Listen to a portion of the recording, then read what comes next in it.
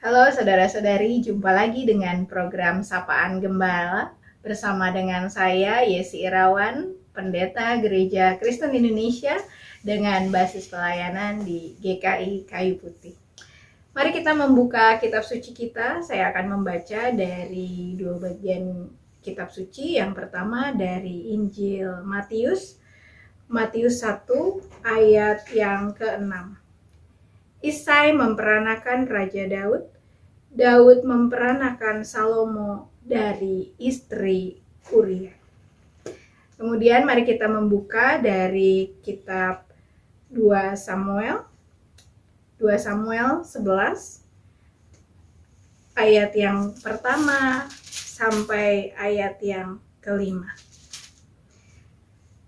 Pada pergantian tahun, pada waktu raja-raja biasanya maju berperang, maka Daud menyuruh Yoab maju beserta orang-orangnya dan seluruh orang Israel. Mereka memusnahkan Bani Amon dan mengepung kota Raba, sedang Daud sendiri tinggal di Yerusalem. Sekali peristiwa pada waktu petang, ketika Daud bangun dari tempat pembaringannya, lalu berjalan-jalan di atas sotoh istana, tampak kepadanya dari atas sotoh itu seorang perempuan yang sedang mandi. Perempuan itu sangat elok rupanya. Lalu Daud menyuruh orang bertanya tentang perempuan itu, dan orang berkata, itu adalah Batsheba binti Eliam, istri Uria orang Het itu. Sesudah itu Daud menyuruh orang mengambil dia. Perempuan itu datang kepadanya, lalu Daud tidur dengan dia. Perempuan itu baru selesai membersihkan diri dari kenajisannya. Kemudian pulanglah perempuan itu ke rumahnya, lalu mengandunglah perempuan itu, dan disuruhnyalah orang memberitahukan kepada Daud demikian, aku mengandung. Bapak, Ibu, dan Saudara sekalian, seringkali kita menganggap bahwa kisah Daud dan Batsheba adalah kisah perselingkuhan. Betul kan? Nah, tetapi kali ini saya mau mengajak kita kembali berpikir ulang. Apakah kisah Daud dan Batsheba memang kisah perselingkuhan? Kalau kita memperhatikan di dalam silsilah Tuhan Yesus menurut Injil Matius, maka kita melihat di situ dikatakan bahwa Salomo adalah anak dari Daud dan dari istri Uria. Mengapa tidak disebut bahwa Batsheba adalah istri Daud? Mengapa Injil Matius memberikan penekanan bahwa Batsheba adalah istri Uria?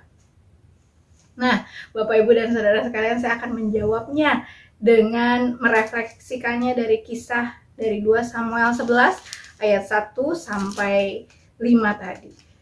Bapak, Ibu, dan Saudara sekalian, seringkali saat kita membaca Alkitab, kita sudah dipenuhi dengan prasangka-prasangka terlebih dahulu. Tapi kalau kita melihat di sini, saya mau mengatakan bahwa sebenarnya Batsheba itu bukan berselingkuh dengan Daud, tetapi dia diperkosa oleh Daud.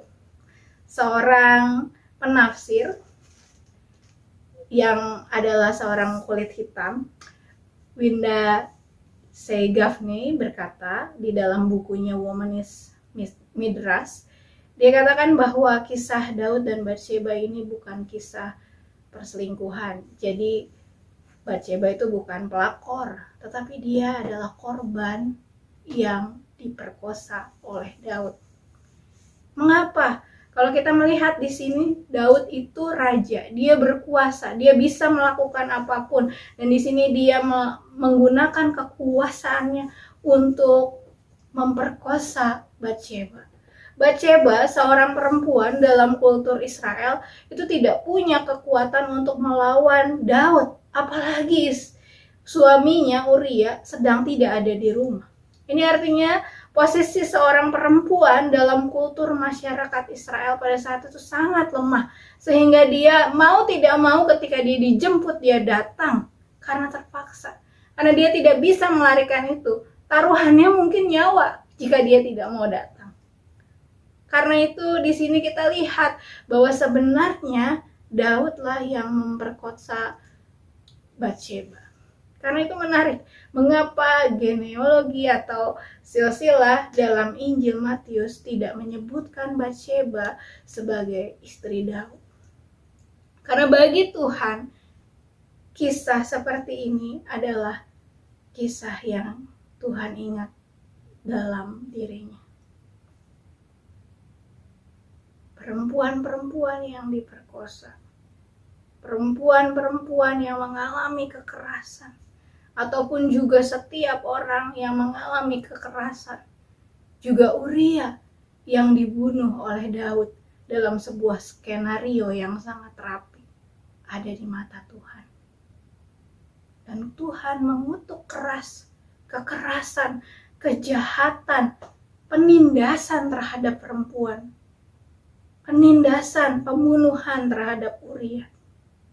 Karena itulah mengapa di dalam silsilah di Injil Matius dicatat bahwa Batsheba adalah istri Uria. Dia tetap mendapat tempat. Dia tetap diingat. Dan ini juga mengajak kita untuk mengingat setiap orang-orang yang menjadi korban kekerasan dan tidak abai padanya. Mari kita mengingat barangkali saudara kita, barangkali juga tetangga kita.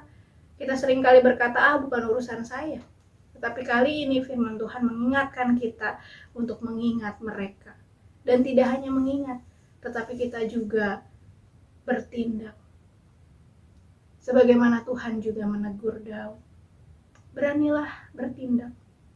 Beranilah berkata. Ingatlah mereka. Remember to transform. Mengingat untuk mengubah. Saya percaya Tuhan memberikan kepada kita roh kekuatan, roh kegelisahan,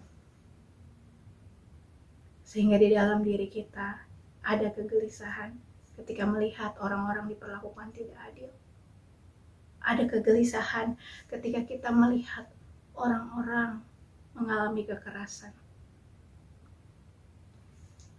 Hari ini kita merayakan 16 hari kampanye anti kekerasan berbasis gender.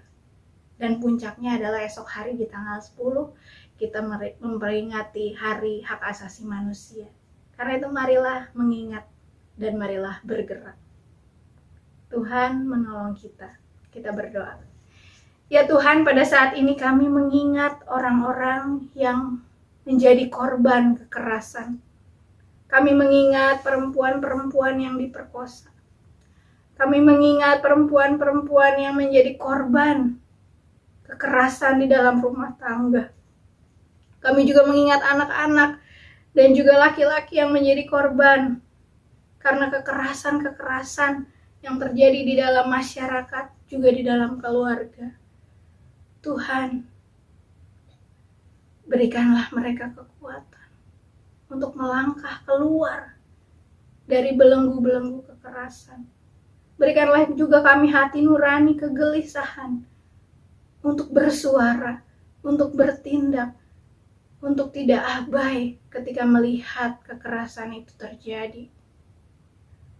Berikanlah kepada kami ya Tuhan, mata hatimu, cinta kasih.